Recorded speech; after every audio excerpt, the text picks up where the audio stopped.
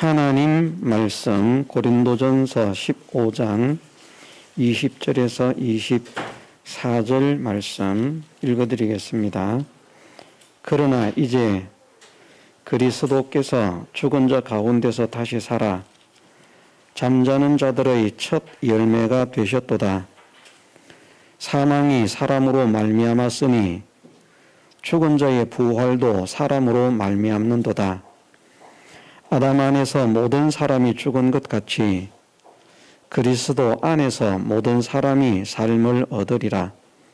그러나 각각 자기 차례대로 되리니 먼저는 첫 열매인 그리스도요, 다음에는 그리스도 강림하실 때에 그에게 붙은 자요, 그 후에는 나중이니 저가 모든 정사와 모든 권세와 능력을 멸하시고 나라를 아버지 하나님께 바칠 때라. 아멘. 네.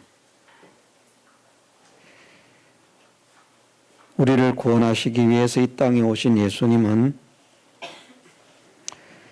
일생을 우리의 구원을 위해서 희생하셨습니다. 우리의 언어로 다 표현할 수 없을 만큼 험악한 삶을 사셨고, 고난의 삶을 사셨고,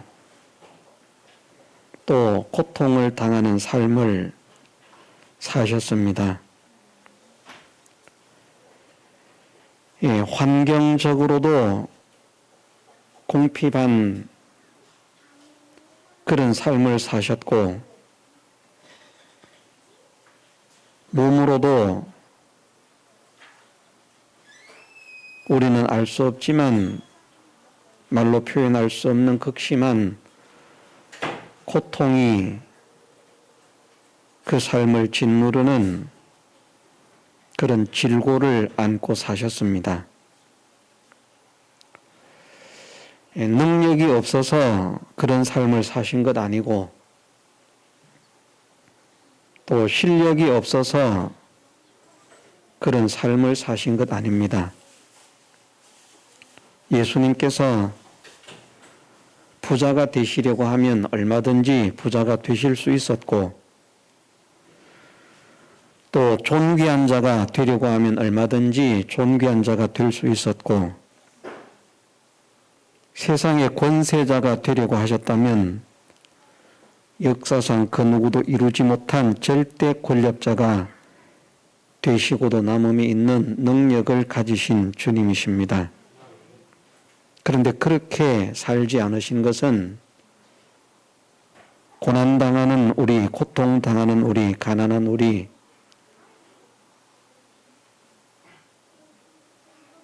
환난과 역경 속에서 어려움을 만나는 우리를 체휼하시기 위해서 그런 삶을 사셨습니다.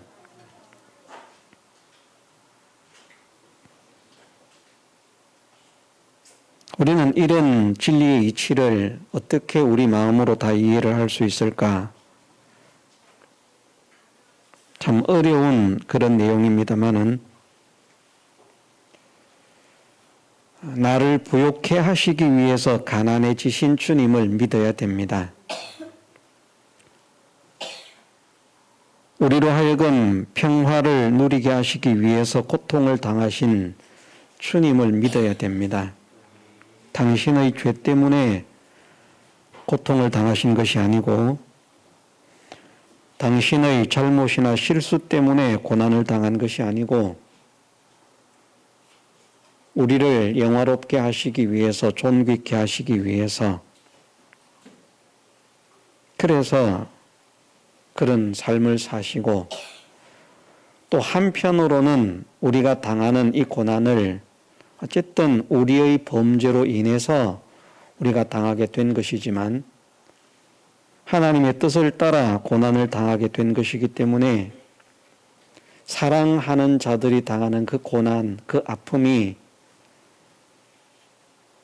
우리만 아픈 것이 아니라 함께 그 고난을 체휼하시는, 어떻게 비유를 들어서 설명을 하겠습니까마는 부모들이 육신의 자녀가 있는데 육신의 자녀들은 굶고 헐벗고 고통을 당합니다. 그것을 보면서 참 내 사랑하는 자녀들이 먹지 못하니까 입지 못하니까 춥고 굶주리고 헐벗으니까 참 안됐다, 불쌍하다, 마음이 아프다. 이런 부모는 아마 없을 것입니다. 정 먹을 것이 없다면 같이 굶을 것이고 같이 못 입을 것이고 자녀는 굶고 있는데 자기는 그 입에 먹을 것을 가져간다면 그것은 부모라고 할 수도 없습니다. 자녀는 추위에 헐벗고 떨고 있는데 자기는 따뜻한 곳에서 낙을 누리고 있다면 부모라고 할 수가 없을 것입니다. 정상적인 부모, 제대로 된 부모라면 자기가 굶어도 자녀를 먹이려고 할 것이고 자기가 헐벗어도 자녀를 입히려고 할 것이고 그래서 여건이 안 되어서 그렇게 할 수는 없지만 자녀가 굶으면 함께 굶고 자녀가 헐벗으면 함께 헐벗는 그것을 통해서 치유하려고 하는 것은 아니지만 그런 고난을 아마 같이 누릴 것입니다. 누린다 이런 표현은 좀 그렇고 당할 것입니다. 어쨌든 우리는 하나님의 사랑하는 자녀인데 우리가 고난당하는 것은 하나님의 잘못은 아닙니다.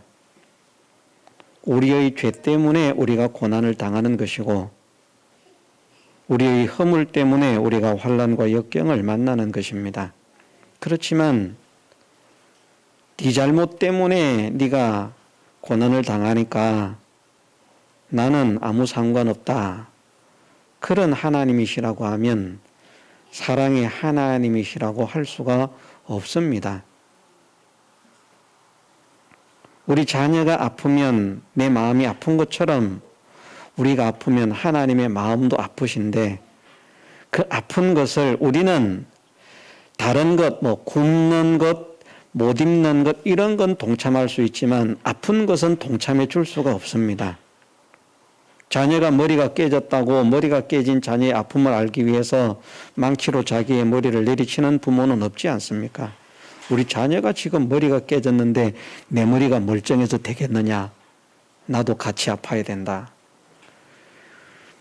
내 자녀가 팔이 잘렸기 때문에 고통스러워할 것이니까 내가 이 멀쩡한 두 팔을 가지고 있어서 되겠느냐? 나도 한쪽 팔을 잘라야 된다.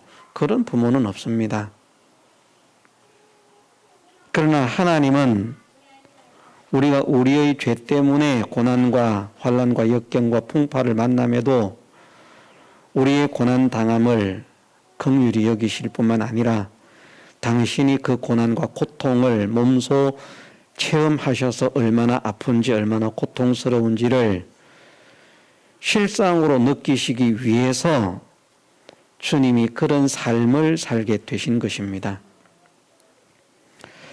예수님은 그런 삶을 살았지만 하나님은 그렇게 되지 않았으니까 예수님이 그렇게 산 것을 통해서 하나님이 그 고난을 느끼고 고통을 느낀다는 것은 그것은 좀 문제가 있는 것 아닙니까?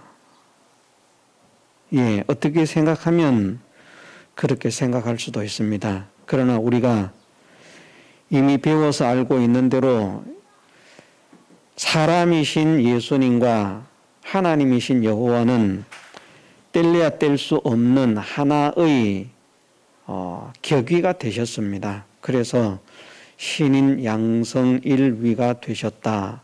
그렇게 말을 합니다. 또 우리가 배워서 아는 대로 우리는 몸의 고통을 몸이 느끼는 것이 아니라고 하는 사실을 우리는 배웠기 때문에 압니다. 배우지 못한 사람은 이해를 못합니다. 몸의 고통을 몸이 느끼는 것이 아니라 마음이 느끼는 것이라고 이상하네. 내 마음은 하나도 그런 거 못 느낄 텐데. 그런데 몸의 모든 고난과 몸의 모든 절망과 몸의 모든 슬픔과 몸의 모든 그러는 비참과 몸의 모든 가련함과 몸의 모든 아픔, 그 모든 것들은 다 영혼이 있음으로 느끼는 것입니다. 그리고 실제로 가난이나 비참이나 절망이나 이런 것들은 몸이 느끼는 것보다는, 몸을 통해서 느끼는 것보다는 그냥 마음으로 심리적으로 느끼는 것이 훨씬 더 강합니다. 그러나 어떤 질병으로 인한 고통이라든지 무슨 충격으로 인한 아픔이라든지 이런 것들은 몸을 통해서 마음이 느끼게 된다는 것입니다. 이것을 우리가 확실히 깨달을 수 있어야 됩니다. 분명한 사실이거든요. 그래서 말씀을 드린 것이, 시체는 그 사람이 생명이 끊어져서 시체가 되었다고 뇌가 없어지는 것도 아니고 신경이 없어지는 것도 아니고 모든 것이 다 그대로 있지만, 일단 죽으면 어떤 고통도 몸은 느끼지 못합니다. 실제로 고통을 느끼는 것은 영혼이 함께하는 신체가 됨으로 그 뇌나 신경이나 모든 것들이 활동할 수 있기 때문에 이제 작용을 해서 그 작용하는 모든 것들에 대한 고통은 느끼는 것이 뇌가 느끼는 것이 아니라 마음이 느끼는 것이다.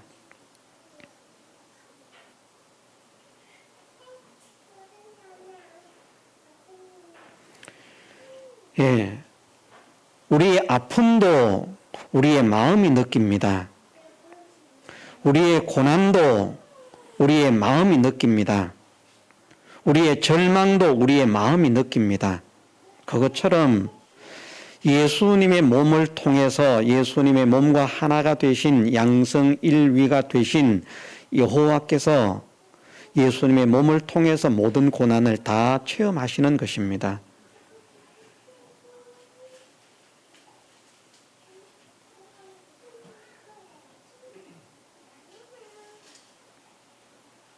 그러면서 우리가 당해야 할 고난보다 더 심한 고난을 당하시고 우리가 겪어야 할 환난보다도 더 심한 환난을 겪으시고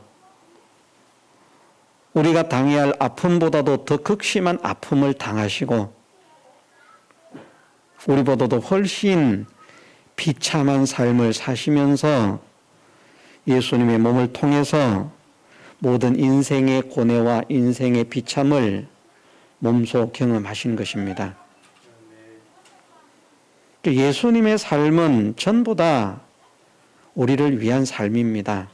그런 생애만 사셨고 마지막으로 당신의 몸을 십자가에서 살찢고 피 흘려 죽기까지 하심으로 우리의 구원을 이루십니다. 그러나 예수님께서 살찢고 피 흘려 십자가에 죽으심으로 끝이라고 하면, 그것뿐이라고 하면 우리는 믿을 것이 없다, 소망이 없다, 그렇게 말씀을 하십니다. 예수님은 십자가에 죽으심으로 끝나신 것이 아니라 사망의 권세를 이기고 부활하셨음을 말씀하십니다. 그 부활을 어떻게 믿느냐? 나는 보지 못해서 못 믿겠다.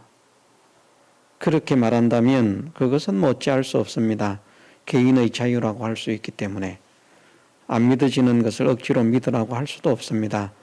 그러나 할 수만 있다면 억지로라도 믿으라고 하고 싶습니다.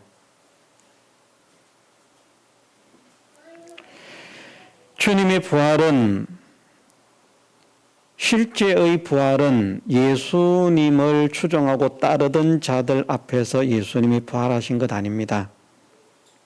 사실은 예수님이 부활하시는 장면을 예수님을 따르는 자들은 한 명도 목격하지 못했습니다. 오히려 예수님의 부활을 목격한 사람은 예수님을 반대하던 자들입니다.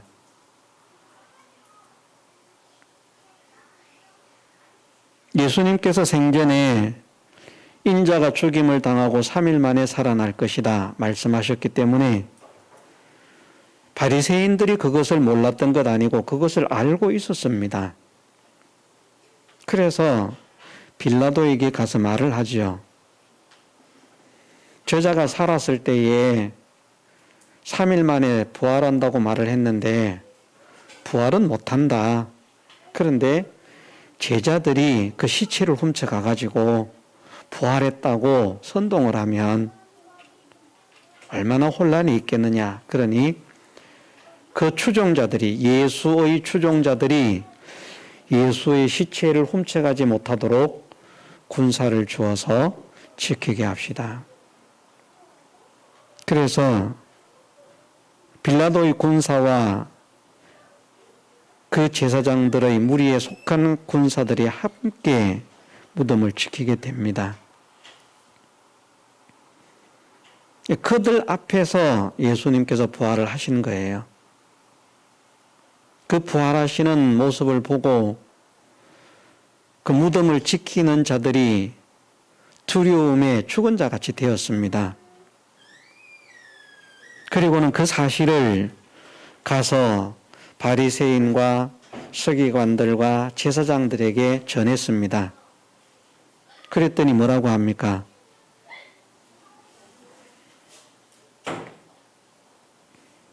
말하지 마라.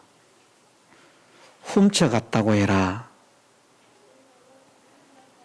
이때는 아직까지 예수님의 제자들이 무덤에 오기 전입니다. 그 이전에 무덤을 지키는 자들이 예수님의 부활하시는 모습을 보고 두려워 떨면서 엎드려서 죽은 자 같이 되었다가 정신을 차리고 가서 보고를 하니까 부활했다고 하지 말고 제자들이 와서 훔쳐갔다고 해라. 그럼 우리는 어떻게 됩니까?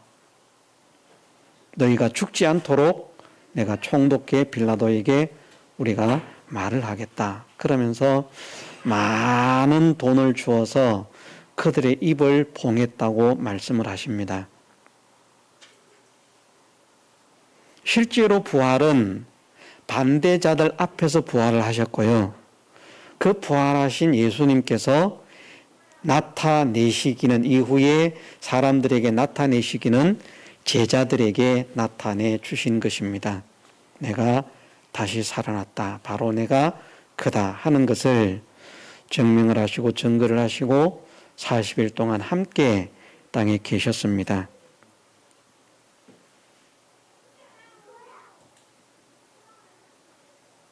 그렇게 부활을 하셨기 때문에 우리가 믿는 것이 헛되지 않다는 것을 말씀을 하십니다. 왜냐하면 그렇게 부활함으로 인해서 하나님의 나라에 간다는, 영원한 세계에 간다는 이것이, 그 길이 열려진 것을 우리에게 보여주시고 실상이 되게 하셨기 때문입니다. 부활하지 않으면 아무도 하나님의 나라에 갈 수가 없거든요. 왜 부활이 없으면 모든 것이 헛된가 하면, 하나님의 나라가 천국이 있을지라도 부활하거나 신령한 몸으로 변화되지 않으면 그 나라에 갈 수가 없습니다. 그래서 이것이 성경에 보니까 홍포 입은 부자와 거지 나사로에 대해서 말씀을 하시는데, 거지 나사로가 낙원에 가서 있고 홍포 입은 부자는 음부에 가서 불꽃 가운데 고민을 한다. 낙원은 기쁨의 세계라는 말입니다. 에덴 동산이라는 말과 같은 말입니다. 에덴이라고 하는 그 히브리어나 낙원이라고 말할 때 낙이라고 하는 그 말은 같은 기쁨, 같은 즐거움을 나타내는 말입니다. 에덴 동산은 정말 사람이 살기 좋은 곳이었거든요. 그러나 그곳은 천국이 아닙니다. 왜 천국이 아닐까요?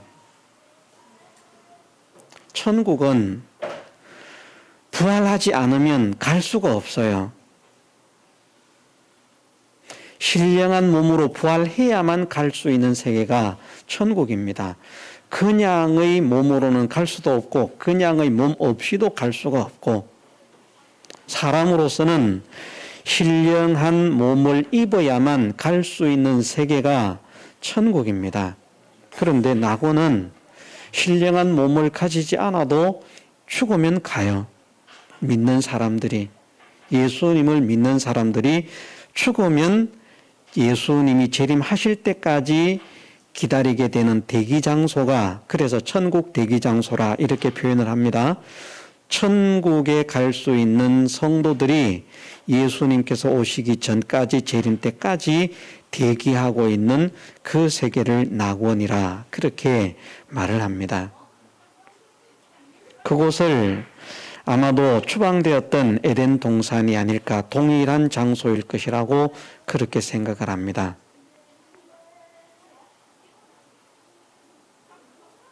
그리고 구원을 받지 못한 사람들은 모두가 다 음부로 갑니다. 그 음부를 사람들은 이제 그냥 무덤이다 그렇게 말을 하지만, 홍포 입은 부자가 간 곳은 무덤이 아니라 불 가운데서 고통당하는 곳이었습니다. 그렇지 않습니까? 시체가 누워있는 땅, 대지, 그 무덤을 말하는 것이 아니었습니다. 그곳에서 땅에 있는, 지상에 남아있는 자기의 형제들을 걱정하고요, 그들에게 나사로를 살려서 복음을 전할 수 있게 해달라고 말을 하고요,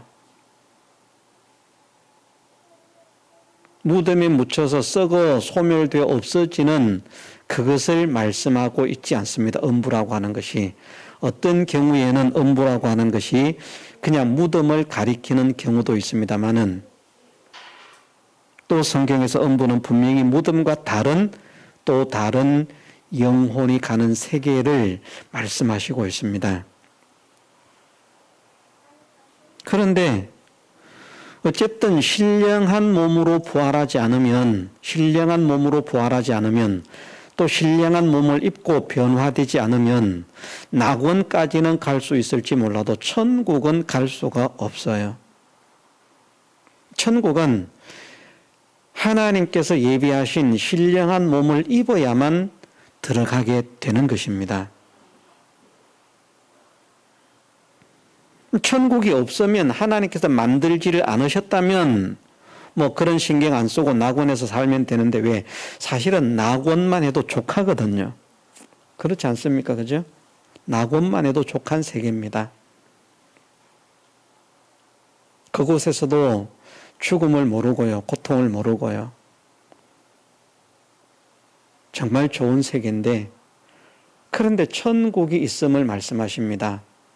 낙원보다, 낙원 가지고는 비교를 할 수 없는 상상 이상의 아름답고 황홀하고 영광스럽고 행복한 세계인 것을 말씀하시는 것입니다. 그 세계를 하나님께서 준비를 하셨는데, 부활이 없다면 그것은 무용지물이나 마찬가지입니다. 이해가 되시죠? 무슨 말인지. 신령한 몸으로 부활을 해야 그 세계에 들어갈 수 있도록 하나님께서 이미 창세 전부터 하나님의 예정 속에서 그렇게 정해 놓으셨기 때문에, 하나님께서 법을 어겨서 이거 부활 없이도 그냥 가게 하자 이렇게 하시지 않는 하나님, 할 수 없는이라고 하지 맙시다. 하나님은 다 하실 수 있는데, 하려고 하면 얼마든지 하실 수 있지만, 그러나 하나님 스스로 하나님의 법을, 하나님이 정한 규례와 규칙을 어기지 않는 분이기 때문에, 그런 하나님의 특성에 의해서 부활이 없다면 천국이 있어도 갈 수가 없어요. 또 영원한 세계가 없다면 부활할 필요가 없기 때문에,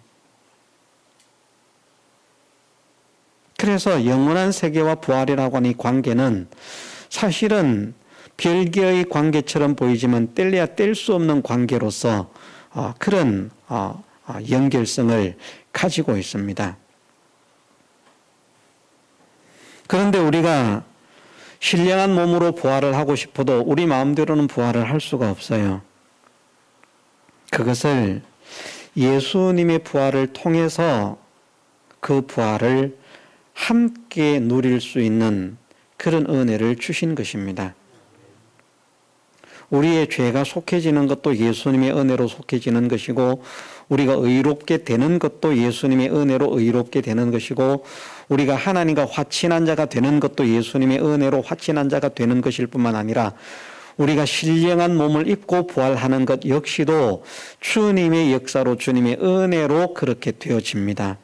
우리가 죄를 용서받는 것도 주님이 그냥 용서한 것이 아니라 우리의 죄를 당신의 몸이 지시고 정죄를 당하심으로 우리의 죄를 담당하셨고요. 우리를 의롭게 하시는 것도 그냥 아무것 없이 의롭게 하시는 것이 아니라 그 연약한 몸으로 하나님의 율법을 완전히 이루심으로 그 의를 우리에게 입혀주셨고요. 하나님과 하나가 되는 이 화친도 그냥 입혀주신 것이 아니라 어떤 극한 현실 환경 속에서 하나님을 배반하고 원망하고 돌아서게 만들어도 끝까지 하나님을 원망하거나 배반하거나 돌아서지 않고 하나님과 하나 된 그 관계를 끝까지 유지하심으로 이루신 그 화친을 우리에게 입혀주신 것입니다. 그래서 이런 말씀을 생각할 때 예수님의 십자가의 고난이나 겟세마네 동산에서의 기도를 어떤 사람들은 너무 두렵기 때문에 원망하고 한탄한 것으로 말을 하고, 너무 고통스럽기 때문에 어찌해서 나를 버리셨습니까? 그러면서 예수님이 아버지께 버림을 받았다고 그렇게 말을 하지만, 하나님은 예수님을 버리신 일이 없고요. 예수님은 아버지께 원망이나 불평이나 한탄을 하신 일이 없는 줄 믿어야 됩니다. 만일 원망하고 불평하고 한탄했다면 하나님과 화친을 놓쳐버린 거예요. 그래서 제가 그런 말씀을 많이 드리지 않습니까? 이런 말도 아마 다른 교회에서는 거의 잘하지 않을 것입니다.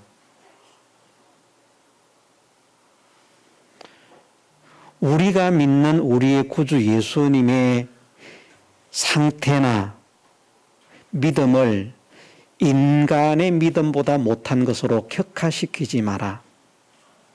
많은 사람들이 예수님을 스데반보다 못한 사람으로 만들어버려요. 스데반은 돌에 맞아 죽으면서도 원망하지 않고 얼굴이 천사의 얼굴같이 그렇게 변해서 돌로 치는 자들을 위해서 기도를 했는데, 저들의 죄를 용서해달라고. 예수님은 십자가에 달려서 그 고통을 못 이겨서 어찌해서 나를 버리셨나이까 하고 한탄했다. 그럼 누구 믿음이 더 좋은 겁니까?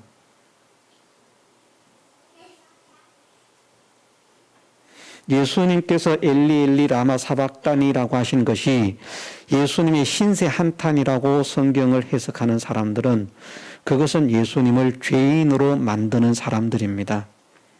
한탄과 원망과 불평은 죄입니다. 원망이 작은 죄입니까? 고린도서에 말씀하시지 않습니까? 이스라엘 백성들이 왜 광야에서 멸망을 당했느냐? 원망하다가 그렇게 되었다. 그러므로 너희는 원망하지 말라. 원망이 엄청난 죄악입니다. 그런데 내가 고통스럽다고 하나님 나의 아버지 나의 아버지 나의 하나님 어찌해서 나를 버리셨습니까? 하고 그렇게 신세를 한탄했다면 그것은 멸망할 죄를 지은 것입니다. 이런 걸 생각하지 못하는 사람들이 많아요.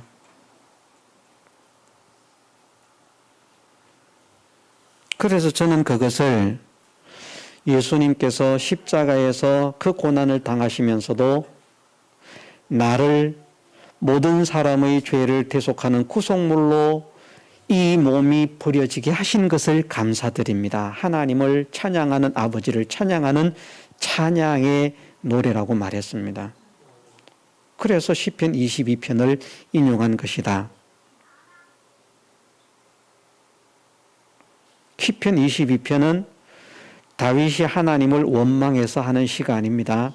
하나님을 찬양하는 찬양시입니다. 원망시가 아닙니다. 왕이 되고 난 뒤에 대회의 장소에서 많은 이스라엘 백성들에게 내가 어떤 사람인지 아느냐? 사람들이 볼 때 나는 쓸모없는 사람이었다. 버림받은 사람이었다. 내 부모도 나를 버렸고 나를 보는 사람들은 하나님이 살아계신다면 어떻게 저렇게 비참할 수가 있을까?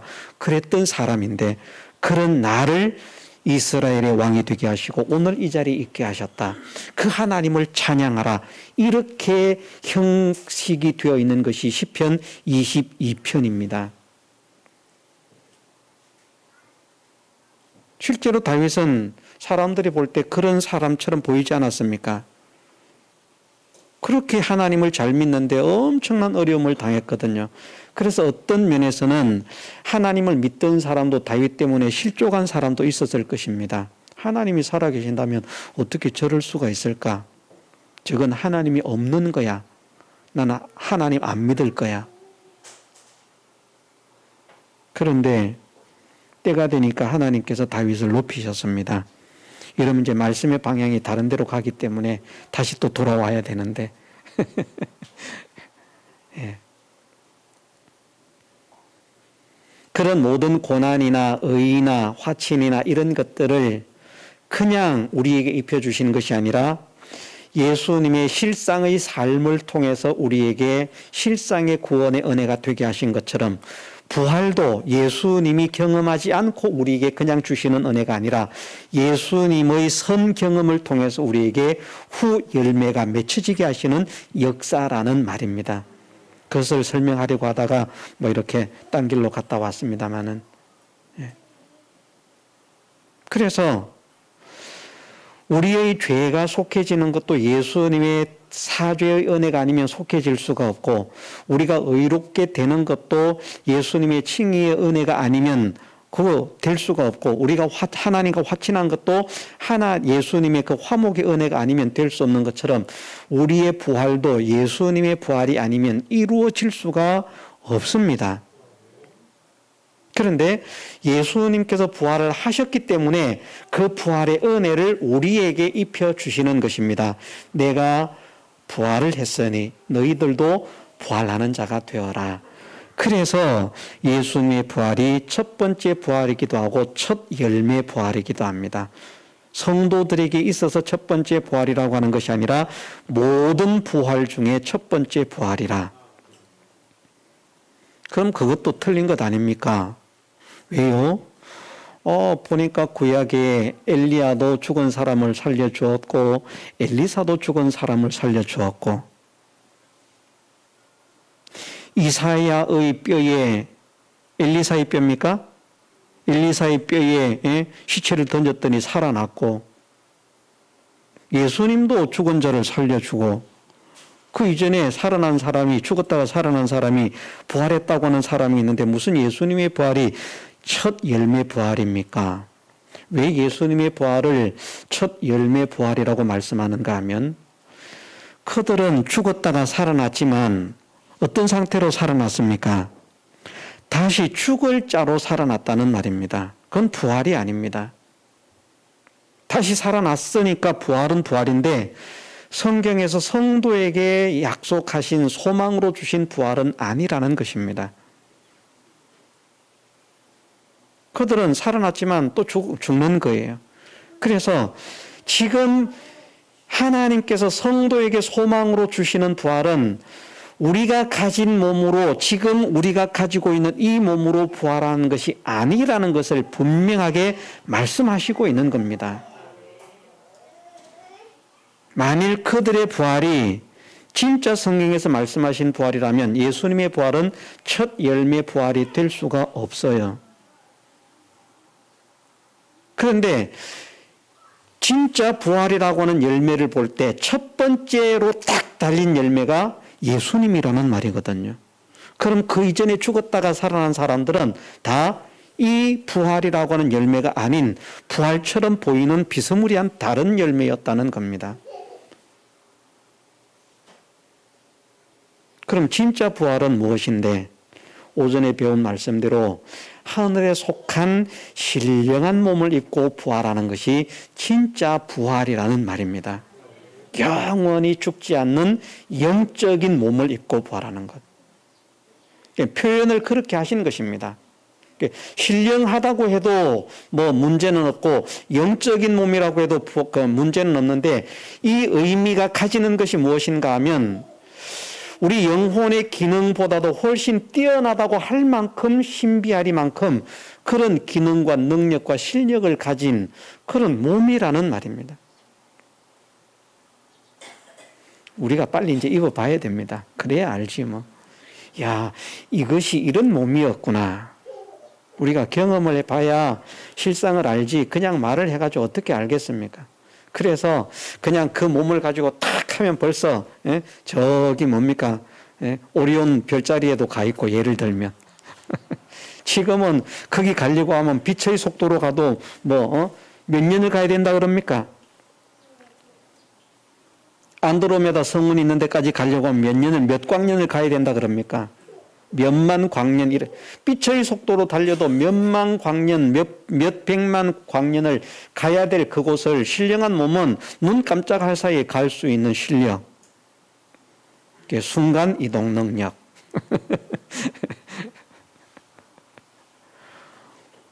공간 통과 능력, 시공을 초월하는 존재. 가히 우리가 지금 이 몸으로는 상상을 할 수 없는 그런 놀라운 기능을 가진 그 몸을 입혀서 영원히 죽지도 늙지도 낡지도 쇠하지도 않는 그런 몸을 입혀서 그 몸으로 하나님의 나라에 들어가게 하셨다는 것입니다. 이 소망을 가진 우리는 세상에서 가장 복된 자인 것입니다. 천국에 들어갈 수 있는 신령한, 하늘에 속한 신령한 몸으로 부활하는 사람은 모두가 그렇게 되는 것이 아니라 그리스도 안에서 모든 사람이 삶을 얻게 될 것이라. 그리스도 안에서 사는 사람들에게만 주어지는 은혜입니다. 그리스도께 붙은 사람들에게 주어지는 은혜입니다. 무늬가 그리스도께 붙은 자가 아니라 실상이 그리스도께 붙어 있는 자라야만 합니다. 홍포 입은 부자의 말씀으로 다시 돌아가면 어떤 생각을 할 수 있는가 하면, 저는 홍포 입은 부자가 지식적으로는 하나님을 알고 믿던 사람이라고 생각을 합니다. 왜? 그는 아브라함을 알았어요. 완전한 불신자 같으면 모릅니다. 그런데 압니다. 그를 아버지라고 부릅니다. 껍데기는 오늘날로 말하면 교회를 다니는 사람인 거예요. 그런데 부자였기 때문이 문제가 아닙니다. 이 사람은 하나님을 믿기는 믿는 사람인데 삶의 방식은 어떤 사람이었는가 하면 악이었습니다. 자기 좋아하는 것, 자기가 원하는 것만 했던 사람입니다.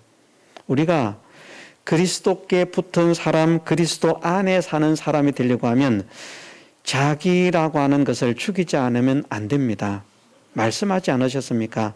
나를 따라오려거든, 누구든지 나를 따라오려거든 자기를 부인하고. 우리는 자기를 죽일 수 있어야 됩니다. 죽이려고 해야 됩니다. 자기가 하고 싶은 대로만 하려고 해서는 안 됩니다. 홍포 입은 부자의 특징이 뭔가 하면 세상에서 잘 먹고 잘 산 것이 문제가 아니라 너 좋아하는 것을 받았다는 겁니다. 네가 좋아하는 것, 네가 하고 싶은 것. 너의 모든 세상의 삶에는 내가 원하는 것, 내가 좋아하는 것 받은 것이 하나도 없고, 누린 것이 하나도 없고, 한 것이 하나도 없고, 다 네가 좋아서 한 것, 네가 원하는 것, 그것만 한 사람이다. 그러니까 우리가 교회를 다녀도 내가 하고 싶은 대로만 교회 다니는 사람은 사실은 믿는 사람 아닙니다. 이 말도 사람들에게 참 두려운 말이 될 수 있습니다. 또 많은 사람들에게 걸림이 될 수도 있습니다. 또 많은 교계의 사람들에게 공격을 받을 수도 있습니다. 그런데 저는 담대하게 말합니다. 교회를 다닌다고 다 구원받은 사람은 아니다. 정말 예수님 안에 거하기를 힘쓰는 사람이 되고 예수님께 붙은 사람이 되기를 힘써라. 붙은 자라고 말할 때는 우리가 포도나무 비유를 생각할 수 있습니다. 예수님은 둥치고 우리는 가지인데 예수님께 붙은 자는 가지가 둥치에 붙어 있는 자고, 그러면 그 사람은 열매를 맺고, 그 가지가 아무리 굵든지 아름답든지 충실했든지 간에 둥치에서 끊어지면 그것은 불에 던져 사르는 것이 되어진다. 그래서 껍데기로 볼 때는 포도나무 같이 보이지만 실제는 아니라는 말입니다. 예수님 안에 있다는 것은 반대로 말하면 예수님을 모신 사람입니다. 예수님을 하인으로 모신 것입니까? 그건 부리는 것이죠. 주인으로 왕으로 모시는 사람입니다. 내가 왕이 아니고요. 예수님께서 나의 주인이 되시고 예수님께서 나의 왕이 되시는 그 분들이 예수님을 진짜 모시는 사람들이고, 예수님을 자기가 필요할 때나 사용하고 써먹는 하인으로 취급하는 사람들은 예수님을 모신 자들 아닙니다. 오늘날 교회를 다니지만 예수님을 하인으로 부려먹는 사람이 얼마나 많습니까? 그런 사람들은 껍데기는 교인 같고 구원 얻은 자 같은데 사실은 구원 얻은 자가 아닙니다. 진짜 구원받은 사람은 예수님을 주인으로 섬기고 왕으로 섬기는 것입니다. 왜? 구원의 은혜와 구원의 감격이 그 사람으로 하여금 그렇게 되게 만들기 때문입니다. 그래서 아무에게나 신령한 하늘에 속한 그 몸을 입고 부활해서 영광의 형체로 화해서 하나님의 나라를 상속하게 하시는 것이 아니라 그리스도 안에 거하는 자, 그리스도께 붙은 자들에게 이 은혜를 주실 것이라고 약속하셨습니다. 우리에게는 이 소망이 있습니다. 이 소망이 실상이 되어지기 위해서는 우리가 주님 안에 거하는 사람이 되어야 할 줄 믿습니다. 주님께 붙은 사람이 되어야 할 줄 믿습니다. 주님을 모십시다. 주님을 주인으로 모십시다. 주님을 왕으로 모십시다. 주님이 아니면 나는 아무것도 할 수 없는 자이라고 주님과의 관계를 끊지 마십시다. 우리의 현실은 우리를 주님에게서 자꾸 잘라내기 위해서 애를 씁니다. 날뜁니다. 성난 파도처럼 밀려옵니다. 용광로처럼 밀려옵니다. 우리는 두려워서 겁에 질려서 그럴 때마다 주님을 양보하고 내버립니다. 그런 사람이 되지 말고 어떤 환난과 역경과 풍파 속에서도 나는 절대 주님을 배반하지 않겠습니다. 주님과 하나 된 이 삶을 양보하지 않겠습니다. 믿음을 지킬 수 있도록 은혜를 주옵소서. 기도하면서 힘써 나아가는 우리 모두가 되게 해주시기를 주님의 이름으로 축원합니다. 다 같이 통성으로 기도드리겠습니다.